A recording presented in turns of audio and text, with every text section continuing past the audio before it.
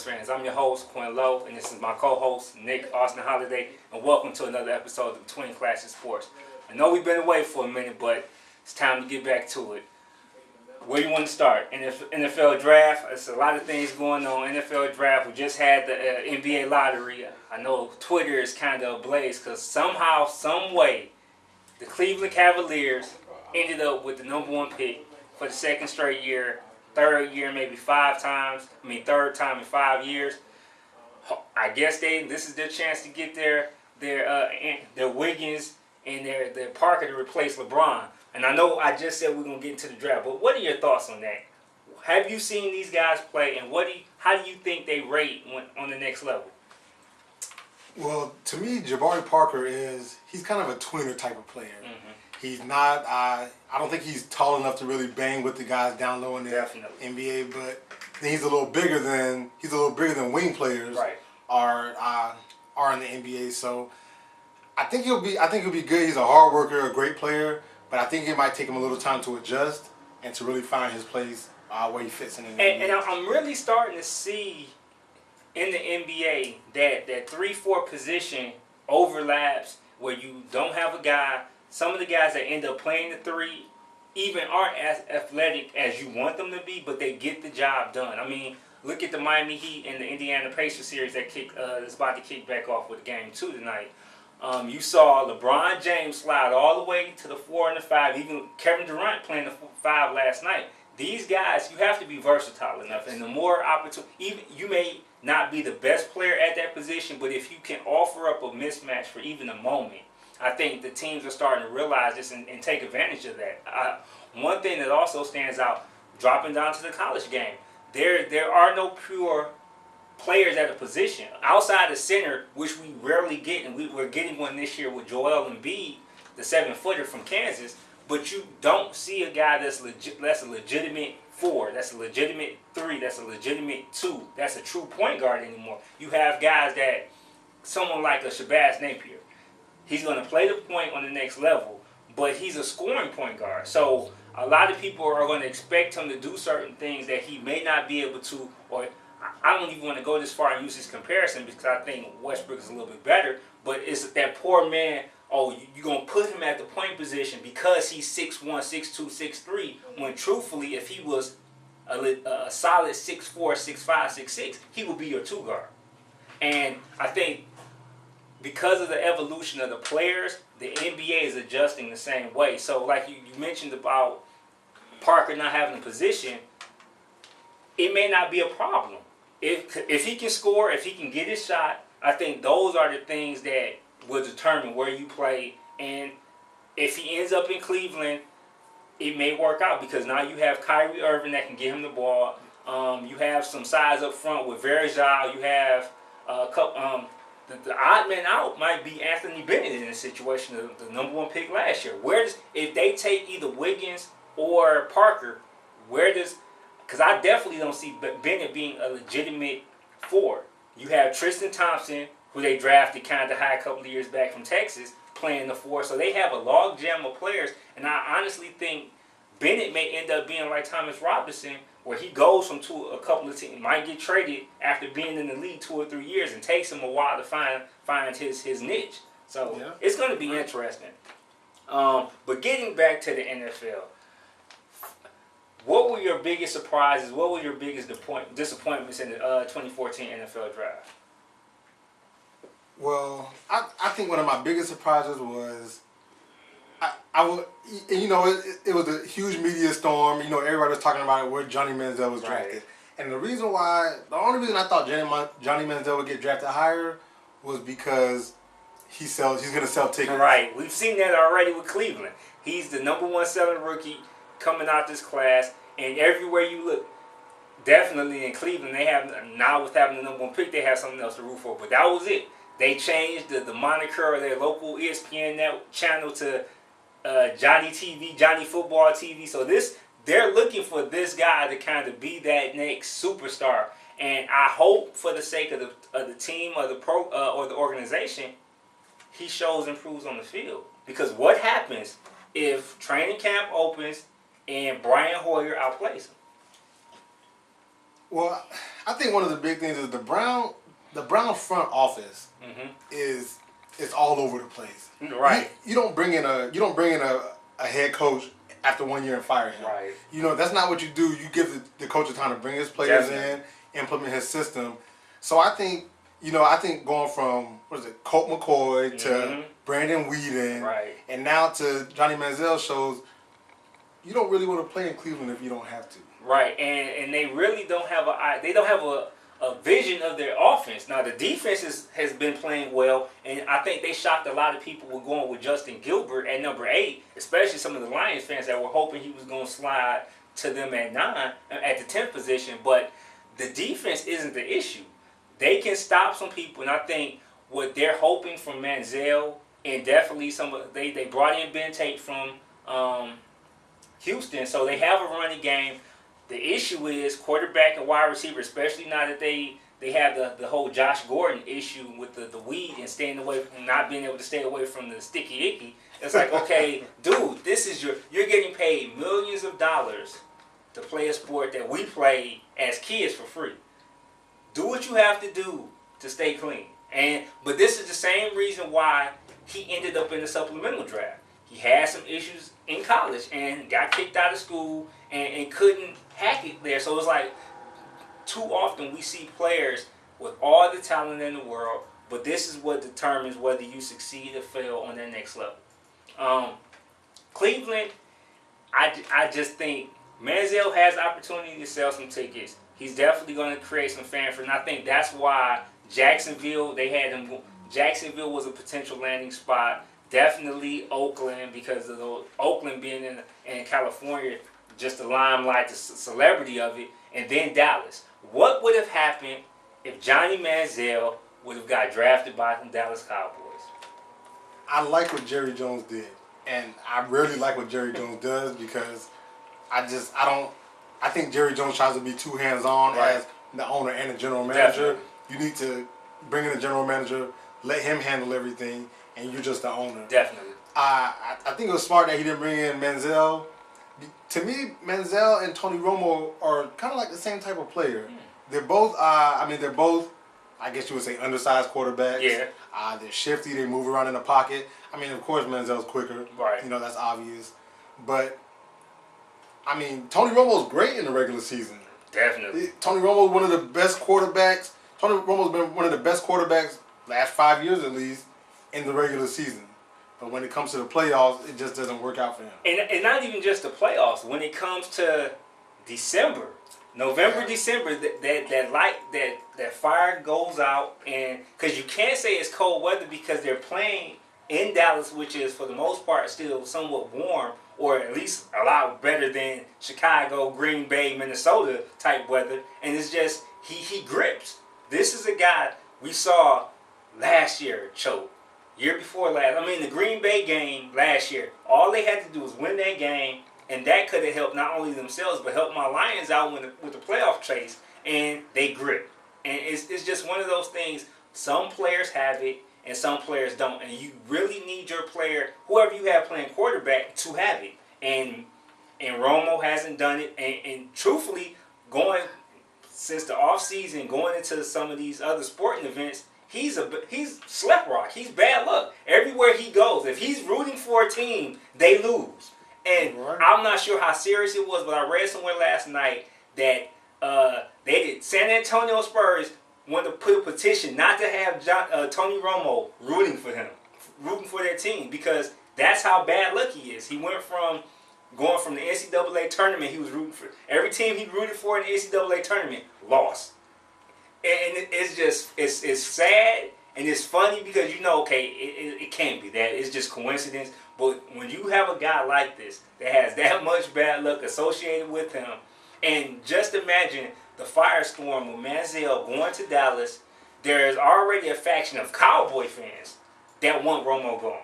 So just imagine, let Manziel do something, show something, do something. Week 1 of the preseason, Romo must go. And that's not fair to Manziel. That's not fair to Romo, because what happens when he comes back down to earth and ends up being a rookie? Exactly. And now you've alienated your starting quarterback, and Now you have no quarterbacks because your rookie's not ready. Your former starter is mad at you. So it's like, okay, what can you do with this?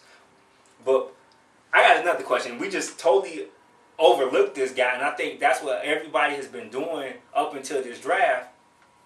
Is Jadeveon Clowney going to be? How is he going to perform on the next level? We saw glimpses at South Carolina. I think, and everybody will admit this, he kind of coasted last year because he didn't want to get hurt. He didn't want to risk the slide and all that. But is he going to be able to turn on that light? And being in Houston where he has help, he has J.J. Watt, he has some other good players on that team. What is your expectation of Jadeveon Clowney on the next level? Jadeveon Clowney has all the physical talent in the world. All the physical talent in the world. But he's one of those players, he's 6'6", 260 something, 270. Freak of nature. But when you watch him play, sometimes you wonder where he fits in. Right. Is he? Obviously he can speed rush off the edge with ease, but where's his power at in the run game? Sometimes right. You have to question it, and I guess you can't really put it all on last year because, like as you say, he did coast through the season, which was obvious. He's not going to admit it, but he did. Mm-hmm. But how's he going to handle NFL offensive tackles? Thank you. And I'm glad you brought that up because there was a lot of questions, even in that South Carolina, in the Outback Bowl game against Michigan. Yes, he had the big hit on the running back, but for most of that game, he was contained by both Lewan and Schofield, both who ended up being drafted in the first round and the third round respectively, where I've seen tape of this guy, of Clowney, where if that tackle gets his hands on him, he's not going anywhere. So he has to develop secondary and even tertiary moves to have some success. And being in that 3, is Houston going to play the 3-4 completely like they've been doing? And if so, can he play in space? Is he a guy that you can trust trailing the linebacker? Trailing the tight end or trailing a big back in pass coverage? We don't know about that, and we'll still have to figure that out. And I think that's why some people were looking at Khalil Mack, who ended up going to Oakland, as a better prospect because this guy has already shown that he can play. His natural position is linebacker, so he's shown the coverage skills. He's shown the ability to play in space. But they were also some teams were looking to play him with his hand in the ground as that defensive end, which also plays to his strength because he has that quick first step. So it's a lot of players out there that have the potential, and we won't know until 3-4 years from now if these guys are bust, if these guys were wasted picks. Because, and I tell people, going back referencing the Tampa Bay pick, which we'll get to in a second, even the Lions pick, everybody was automatically up in arms about the selections. It's too soon. It's too early. It's too soon to say, oh, this guy's going to be a bust. This guy was taken too early. And I had a conversation with someone. If you draft a person that's rated 40th at the 25th pick and he works out, was it a reach? You're right. No, you're right about that. Because no one will remember, oh, he was rated at the 50th position, but drafted 10th and panned out. They only care about the guys that were drafted in the top 10 that end up being bust. You have the Vernon Gostins of the Jets. You have these type players, the Keely Smiths, the Vince Youngs, those players that had the high expectations that never lived up to it. And speaking of Vince Young, he was signed by Cleveland. The Johnny effect already kicked in. He signed, had the opportunity to link on with the team. Once they drafted Johnny Manziel, Vince Young got the door again. I know this wasn't part of the conversation, but what do you think happened to Vince Young? Vince Young at Texas was all world. He had the running ability. His throwing motion wasn't the best throwing motion, which obviously didn't translate to the NFL as well. But I think it's more than that. I think he has some maturity issues. Definitely. And I think he has some stuff going on in his head that's just not allowing him to really catch on with the team.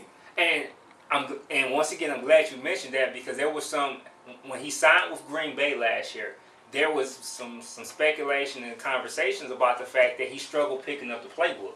And I hate to say this, but that's always been the Achilles heel of some of these quarterbacks. They have the talent. You had a Jamarcus Russell who they were saying was throwing the ball 70 yards from one knee. Could make all the throws, but he didn't have it up here. He couldn't pick up the playbook. He couldn't figure out how to do this. He couldn't pick up the intricacies of being an NFL quarterback. And I don't care how much athletic ability you have, but if you can't pick up that blitz coming off the edge, or you can't audible to the right call, it doesn't matter. And it's unfortunate that a lot of these guys end up looking like me and you that struggle with it, or they focus on these guys that look like us. But you have plenty of the Ryan Leafs, those the countless other white quarterbacks that don't pan out, and they just let them fall to the wayside. But I think this was one of the things with Teddy Bridgewater, who, in my opinion, still is going to be the best quarterback out of this class, because he's going into a situation where Minnesota, he has a running back in Adrian Peterson. He has some wide receivers. He has John Carlson at tight end. He has Cordero Patterson, Greg Jennings, where the pressure isn't there. They know being the 32nd pick compared to being the second and third pick, they just want him to manage the team. He has North Turner as an offensive coordinator, and he's done great work with any quarterback he's come in contact with. So I think he's the guy that you really have to keep an eye out on. And who is somebody that you saw get drafted and it's like, okay, yeah, he didn't get the notoriety, but who? Whether it's your Florida State guys, I'm gonna let you talk about Florida State because they had some guys get drafted, and I'm gonna let you go for a minute, but then I'm gonna bring up a question about one guy that didn't get drafted that kind of surprised me. But what are your thoughts on the Seminoles that did get drafted? Well, I like Carolina's pick of Kelvin Benjamin. Mm-hmm. You know, Kelvin Benjamin, 6'5", 235 pounds, freak of nature out there. You know, right.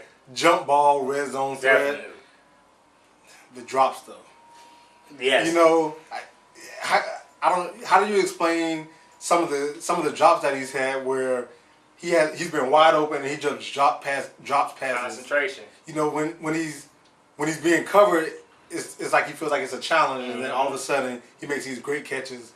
But in the NFL, you have to make the easy catches along with the hard catches.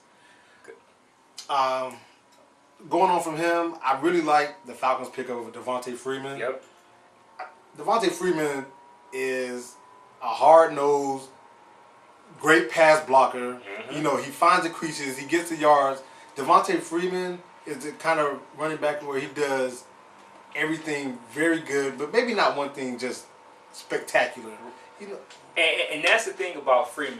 While they list him at maybe 5'9", 2 something, he plays a lot bigger than that. And I think that'll be the thing that'll kind of set him apart in Atlanta, because while they did bring in Steven Jackson a couple of years ago, he really hasn't done much. So the door is open for somebody to come. They have Jacquez Rodgers, who's more of a changer pace, Darren Sproles type running back. They're looking for somebody to step in and take those carries, that 5, 10, 15 carries that may be able to allow Jackson to have some legs as the season continues towards as they make that playoff run. So that definitely is one of the pickups that caught a lot of people's eyes and even caught my eye. And it's like, okay, yeah, he's going to a good spot. Another one I want to pick up, and you know, I'm a Falcons fan, and I wish the Falcons would have drafted Terrence Brooks. Yeah. You know, Terrence Brooks was there. Yeah. They had him. They needed safety, but they didn't get him. But the Ravens got Terrence Brooks and Timmy Jernigan. Right. So and I think both of them are going to be. I honestly think that Terrence Brooks is going to be a star in the NFL. I think Timmy Jernigan is going to be very good, but I think Terrence Brooks is going to be a star. He's about 5'10", 5'11", so he's not the biggest safety. He's 190, somewhere around there, 190 something pounds. Terrence Brooks, he can fly. Yep. He can fly. He can cover. He can hit. If you watch any of the Florida State games, you saw Terrence Brooks. Terrence Brooks can come up and play in the box. He's a sure tackler, and I really think that the Ravens got a steal with Terrence Brooks in the third round. Definitely. Now the player that I have to ask you about that I was kind of surprised at went undrafted, because early on I saw some mock draft that had him as high as the 3rd round, 4th round, definitely the 4th round, was Christian Jones. Christian Jones, after his freshman year at Florida State, they had Christian Jones slated to be a first-round draft pick. One of the best linebackers to come out of Florida State. All the physical tools, 6'4", 235 pounds, and he's just built like right. He looks like a Greek god. And you know what? Once he started playing more, you started seeing that his instincts weren't there. He's not a true linebacker. Okay. He can't diagnose plays fast enough. He was trailing behind plays. But when Jeremy Pruitt came in and moved him to the outside rush in / linebacker, he flourished. Okay. That was really his spot where he doesn't have to think and diagnose plays. He can just react. Go. Okay. But I think a lot of times when you have players like that with all the physical tools, because if it's just based off of physical tools, there's no reason he should not have been drafted. Right. So I think in the coming days or coming weeks, I think we're gonna find out what happened. I think there's gonna be something that comes out about why did he actually fail the drug test? What did he fail it for? Because Telvin Smith was on that list. Yeah, and there was no question. There was no issue. There was plenty of other players on that list that were still drafted. So I think we're gonna find out what actually happened to why he wasn't drafted, to make all the teams completely say, no, we don't want to have anything to do with him. And keeping it local, because we have to, USF is in our market, we have to show some love to the Bulls, even though they had a disappointing season last year.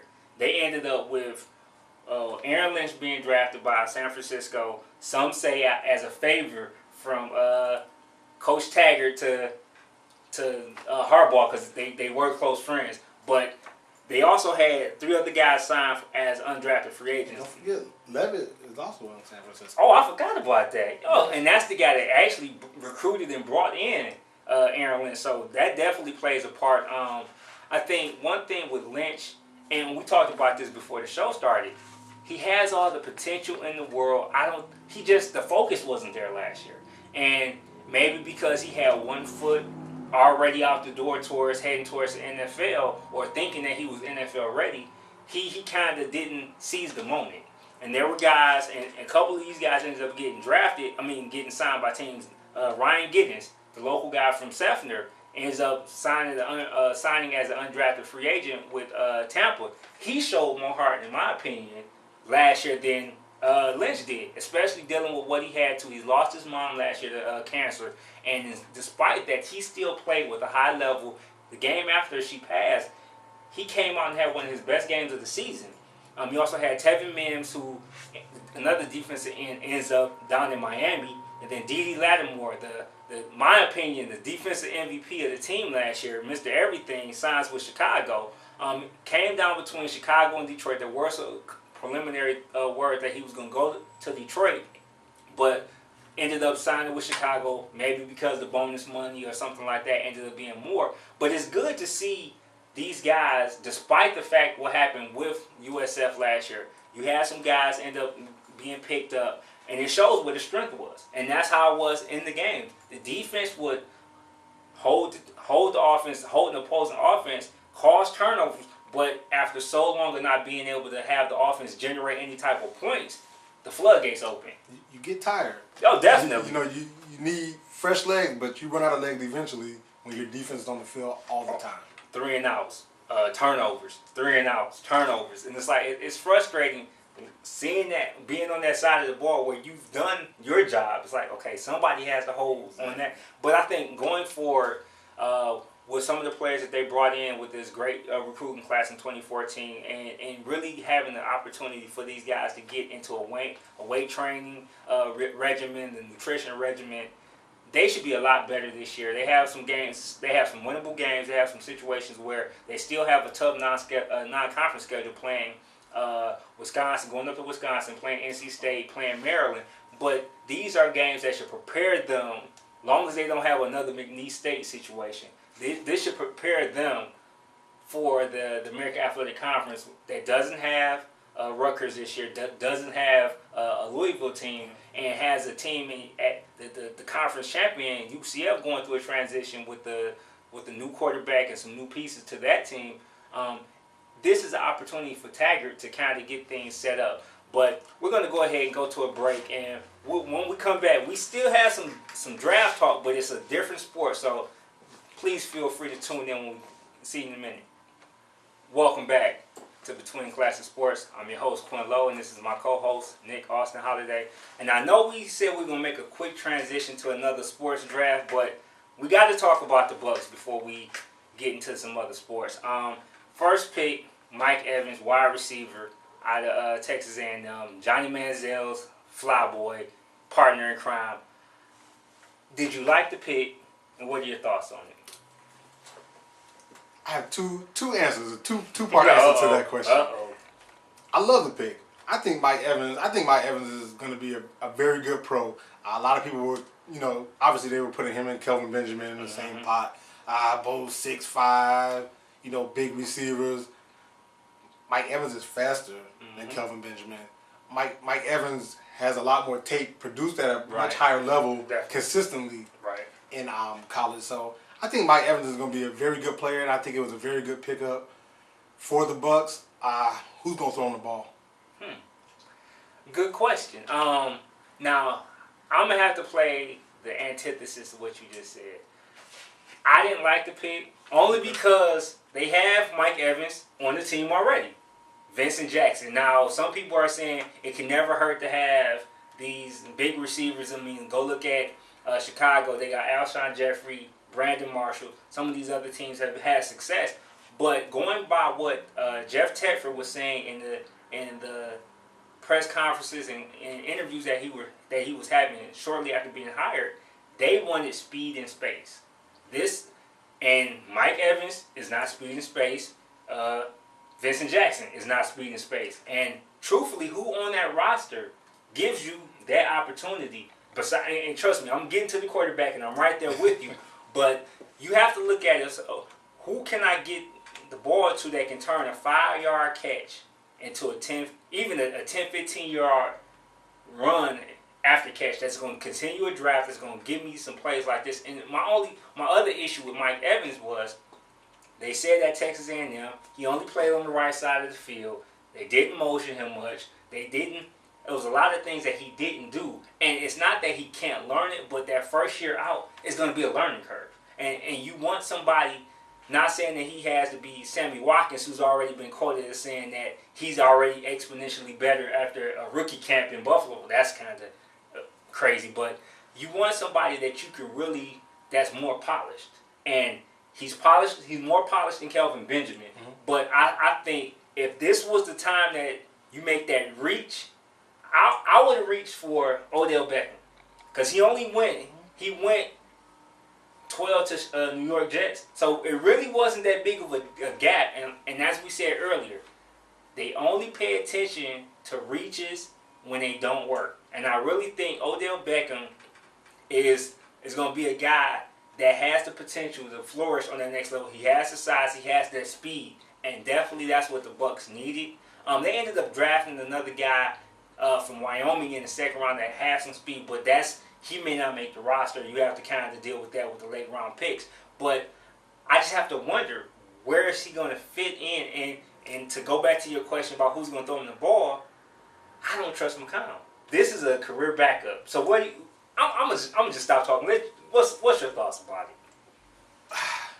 You have McCown, Glennon, and I mean Glennon was a solid. Glennon was a solid quarterback coming out of NC State. Right.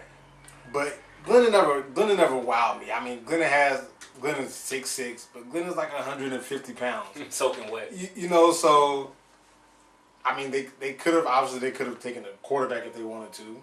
At any point, I mean, I know they lost their 4th round pick due to the Reeves trade, but 3rd round, 5th round, there were some guys that ended up getting slotted in those positions. I mean, McCarron got drafted at that point. Mettenberger kind of went after that. So there were players out there that at least bring some competition. Yes. I really don't know what their Okay, and you make a very good point about Evans. You know, as tall and big as he is, you know, they don't have that player that can stretch the field really, pick up the yards underneath, outrun defenders. So, and now on top of that, do they have a quarterback that's going to be able to, you know, get the ball even to the big guys? I mean, luckily with Evans and Jackson, you know, you can just kind of throw it up. Yeah. But you know, that's not, you know, you need more than that. True, and with the second round pick, they ended up picking up Austin Seferian-Jenkins from Washington. Once again, they're going with size. This guy is 6'5", 260. This is a guy that I'm not sure how well he does as an inline blocker, but he definitely is some guy. He definitely is one of those tight ends that you can put in the seam. You can put against that linebacker, against that safety, and he's going to win you some battles. So I think every quarterback in the NFL, and definitely even on the college level, needs this type of security blanket. And truthfully, they didn't have one last year. They tried Dallas Clark, they tried a couple of guys in Tampa, and it didn't work. And I think if he pans out, he may be a more beneficial pick than Evans to start off with, because this is a guy that you know that 3rd and 5. Where's the tight end? That 2nd and 8. Where's the tight end? I can dump it off to him. I can create some space. I can create a match. He probably will have a mismatch with if the opposing defense decides, I'm gonna put the linebacker on him. He should win because he has the speed to run away from him. Then if the safety goes up, he should be able to body him. So it's gonna be interesting. So what are your thoughts on that pick? I think he's gonna be a terror in the NFL. I think with his size, I mean, he's not a burner. He's right. 6'5", 260, 270 pounds. So he's not a burner, but he's bigger than linebackers. Definitely. He's bigger than linebackers. Maybe just about as fast as some of the linebackers in the NFL. I mean, he's much bigger than DBs. Yeah. You know that they're not gonna want to tackle him. No. They're gonna go for knee shots and everything else. So I think he's gonna be good. He's also he's big enough to become a dominant blocker at the line of scrimmage. And also that, I think, blocking from a tight end perspective, if you have the size, it's all about determination.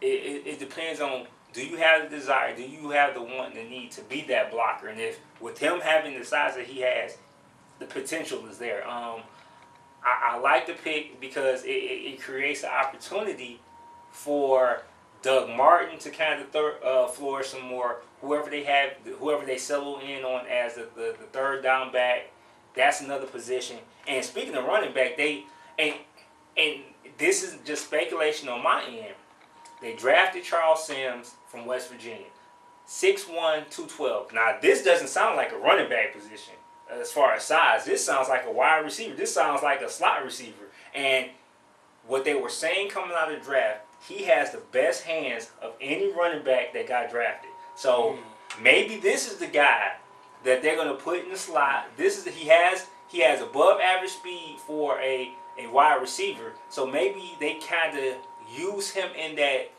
multi-purpose way of being able to, because we know Doug Martin's going to be the focal back. So put him in the slot position, use him on the reverses and things like that, and create some mismatches where, once again, if they decide to put the safety on him, he's almost bigger than the safety, and he has maybe the toughness because of having to take those hits. He definitely will run away from some of these linebackers. So that may be the answer. But as I said before the last break, we won't know the true level of the success for any of these players, whether you're a first-round pick or the last person to sign an undrafted free agent contract, until 3 or 4 years from now. And a lot of the guys that we've seen have high hopes for end up not panning out. A lot of guys that, the Richard Sherman effect, the Seattle Seahawks defense effect. I mean, speaking of them, look at it. Outside of Earl Thomas, everybody that was in that defensive backfield was either a 4th round, 5th round, 6th round, if not an undrafted free agent.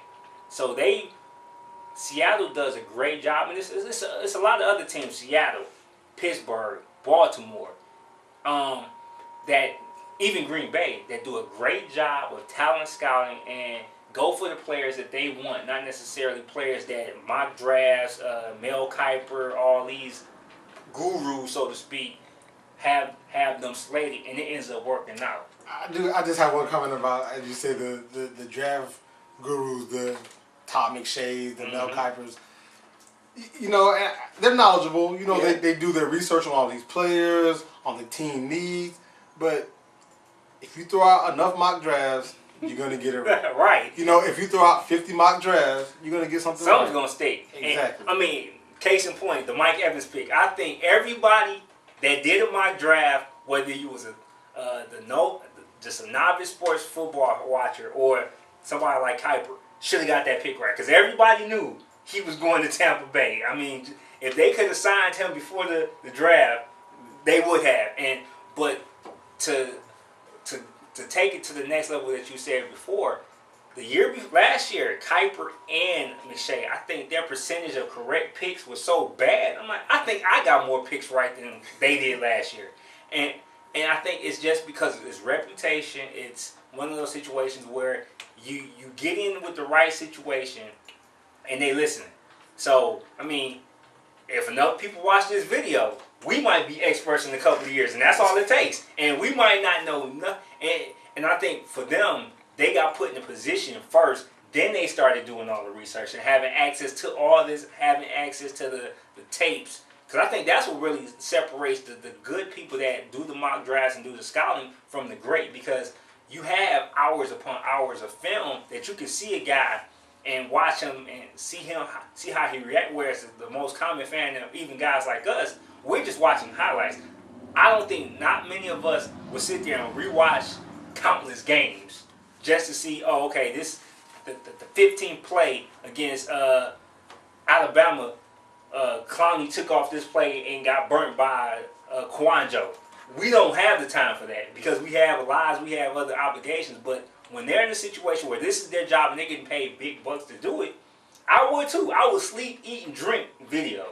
And it's just one of those things where you figure, okay, they need to be a lot tighter. They need to be a lot better. And like I said earlier, one of these days, we're going to take that job. But before we close the show, we have to give a special kudos to a local USF star, Inga Orakova, the former guard, lights out shooting guard for the USF Lady Bulls. She was drafted in the second round by the Atlanta Dream of the WNBA. And while everybody knows not too many people watch the WNBA, it still has to be an exciting situation to get drafted. Because, I mean, whether it's the lacrosse league, whether it's the NFL, whether it's the NBA, that shows that you're one of the best players in your sport. And it's going to be interesting to see how she plays. And definitely going forward, she won't be the last person to get drafted that came through this recent period of USF. Courtney Williams is definitely going to be on that docket. There's some other people that we're definitely going to keep an eye out on and follow up with them and see how they pan out. Because Courtney, I know we're not talking basketball. It's not basketball season yet, but Courtney has truthfully one of the best short games that I've seen from a guard in college basketball, men and women. So just keep an eye on that, and definitely as we get closer towards college basketball season, we'll talk more about that. But made it through another show. See you over there sweating like a Hebrew slave. The lights, I mean, the life of a celebrity. All these lights are flashing lights. Jay-Z. We got some new lighting in here, which is. And actually, while I'm joking with him, I'm starting to feel it a little bit more. I think because he's right up under that light, it's a lot hotter.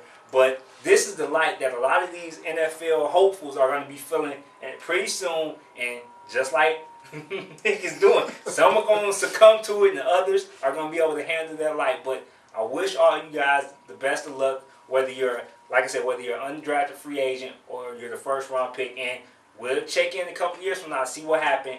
But another great episode of Between Classes Sports. I'm Quinn Lowe. This is Nick Austin Holiday. And see you next week. We're done. It's hot. You know how we do it, we have funky music in our ear. We get to writing, ain't no fighting, we just in there trying to win. Ooh yeah, la-di-da, we grinding hard. Ooh yeah, we not gonna stop. Yeah, yeah, yeah, yeah, yeah, yeah, yeah, yeah. Too late to turn back now. We got got work to do. On a mission, by my business, I'm pushing through, no slacking. Make it happen, we grinding hard. We grinding hard.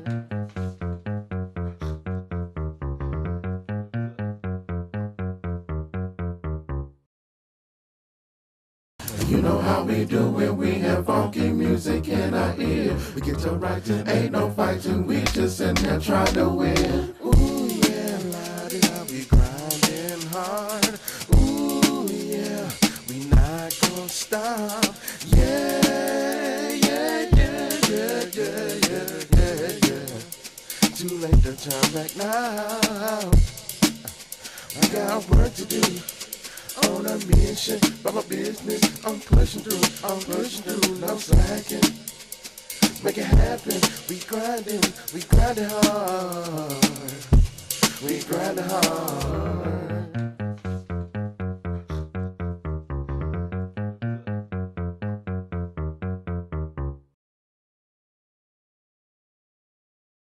You know how we do when we have funky music in our ear. We get to writing, ain't no fighting, we just in there trying to win. Ooh yeah, la-di-da, we grinding hard. Ooh yeah, we not gonna stop. Yeah, yeah, yeah, yeah, yeah, yeah, yeah, yeah. Too late to turn back now. I got work to do. On a mission, by my business, I'm pushing through,